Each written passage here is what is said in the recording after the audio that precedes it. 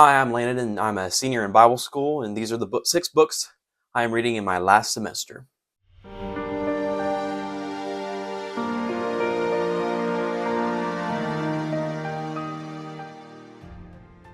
first book I want to talk about, it's in my class, Pastoral Leadership, and it's called The 10 Key Roles of a Pastor by Gary L. McIntosh. I have read 63 out of 189 pages, and so about a third of the book, and it's one of my favorite books that I've been reading so far, and it talks about different hats.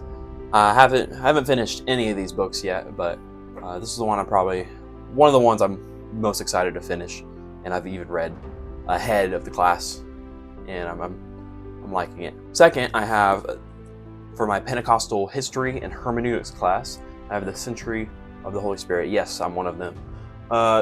Vincent Sinnen is the author, and I really like it, and I think even it talks about both Pentecostal and then Pentecostal to charismatic history.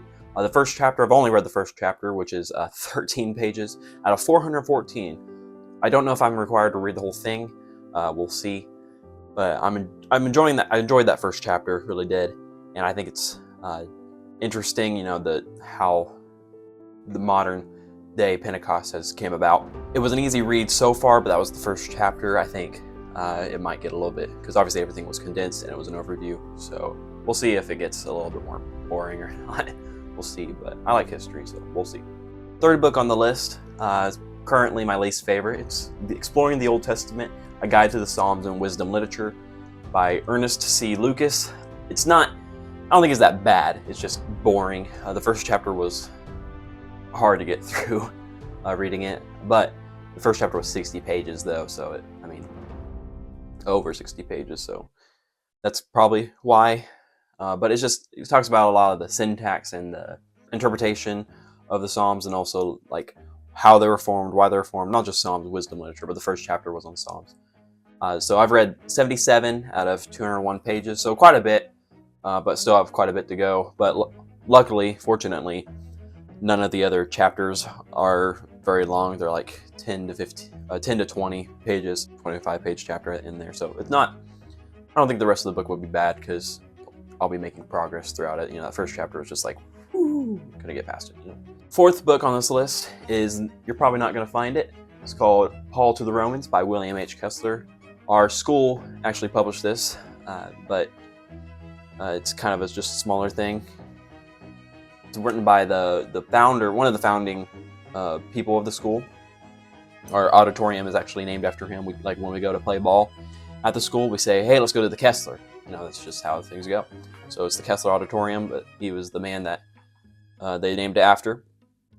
It's I've only read 41 out of 123 pages, so a third of the book. It's not very, very hard to read at all. It doesn't get too detailed. Kind of summarizes the book, just kind of a commentary with a little bit of application today. It has questions at the end of each chapter that we have to answer and stuff. So, also, this artwork on the front. I'm in the choir at the school. I've been in it since my sophomore year, and the choir director's wife, when she was a freshman in Bible school, which was 50 years ago, drew this before she was even married. And so there's Paul and there's the Romans. Fifth book on this list is Scientific Creationism by Henry Morris, and it kind of just presents how evolutionism and creationism are both not technically theories, but because they don't have enough evidence that can substantiate a theory, and they're really both faiths that people have to believe in, and neither one can be proven, because to be proven as science is observable and repeatable, and neither one of those, the beginnings of either are not. Even if you can observe, different creatures adapting to their environment, mutating, you can't witness evolution on the scale that evolutionists claim.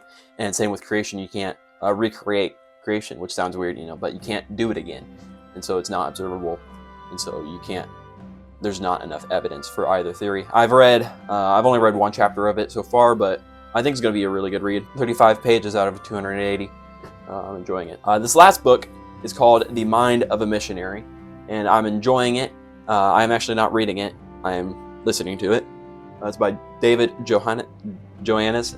I'm saying that wrong. But I'm enjoying this book, and I think it's well crafted in the fact that in each chapter it shows the story of a missionary, but it also shows the principle, or the mindset that they had, one of the aspects of their mindset that they had on the mission field. And so I like how it's both informative on history, but it's also a devotional, telling you how you can have the mindset of a missionary by having the mindset that those specific missionaries had. So it goes through like Jim Elliot and different ones, and shows the mindset that they had. And I've read 129 out of 356 pages, so cool. I'm quite a bit through. I have a lot more to go. So that is all 6 books I'm going to be reading this semester. I might read more, and have been listening to more. But these are the 6 college books for my college that I have to read. And hopefully I'll get back to you and update you when I read these at the end of the semester, or even before if I get ahead. My favorite out of these, my 2 favorite, I'm going to give you my 2 favorite, is the 10 Key Rules of a Pastor. I really like that. That's probably my 2nd favorite. And the reason why is because it's really readable. I really enjoy it, and it gets straight to the point. However, that's kind of a little bit of the issue, is that it's not as in depth. But it's a really nice overview of the different aspects of a pastor, and I like it so far.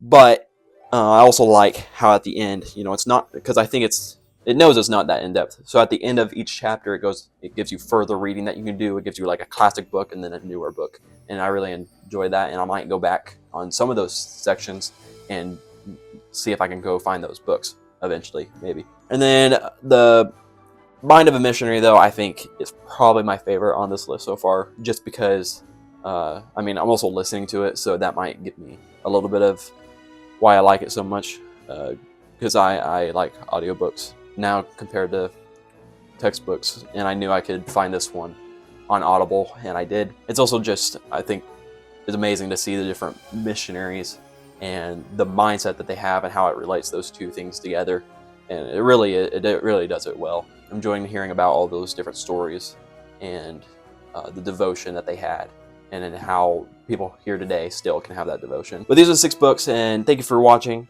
And like I said, I'll try to update you when I finish these books, and then you can give my final takes on these books. I don't think it'll change much. I feel like Mind of the Missionary will still probably be one of my favorites out on this list, if not the favorite.